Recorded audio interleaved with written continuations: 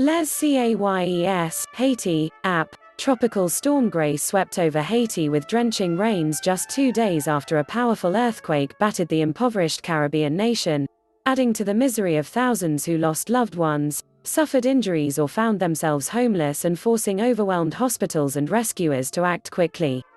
After nightfall, heavy rain and strong winds whipped at the country's southwestern area, hit hardest by Saturday's quake, and officials warned that rainfall could reach 15 inches, 38 centimeters, in some areas before the storm moved on. Port-au-Prince, the capital, also saw heavy rains. Grace regained tropical storm status after previously falling to the level of a tropical depression. The storm arrived on the same day that the country's Civil Protection Agency raised the death toll from the earthquake to 1,419 and the number of injured to 6,000. Many of whom have had to wait for medical help lying outside in wilting heat. Grace's rain and wind raised the threat of mudslides and flash flooding as it slowly passed by southwestern Haiti's Tiburon Peninsula overnight, before heading toward Jamaica and southeastern Cuba on Tuesday. The quake nearly wrecked some towns in the southwest in the latest disaster to befall the Western Hemisphere's poorest nation. Haitians already were struggling with the coronavirus pandemic, gang violence, worsening poverty, and the July 7 assassination of President Jovenel Moïse.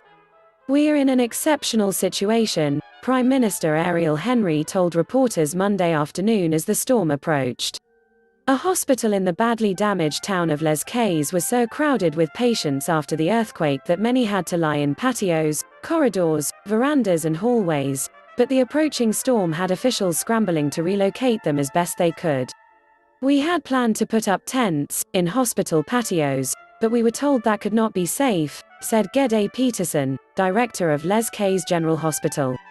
"It is not the first time the hospital has been forced to improvise. The refrigeration in the hospital's morgue has not worked for 3 months, but after the earthquake struck Saturday, staff had to store as many as 20 bodies in the small space. Relatives quickly came to take most to private embalming services or immediate burial.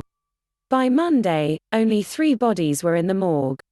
We are working now to ensure that the resources we have are going to get to the places that are hardest hit," said Civil Protection Agency head Jerry Chandler, referring to the hard-hit towns of Les Cayes and Jeremie and the Department of NIPS.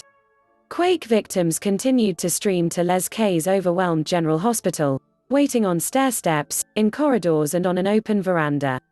"After 2 days, they are almost always generally infected," said Dr. Paurus Michelete, who had treated 250 patients and was one of only 3 doctors on call when the quake hit.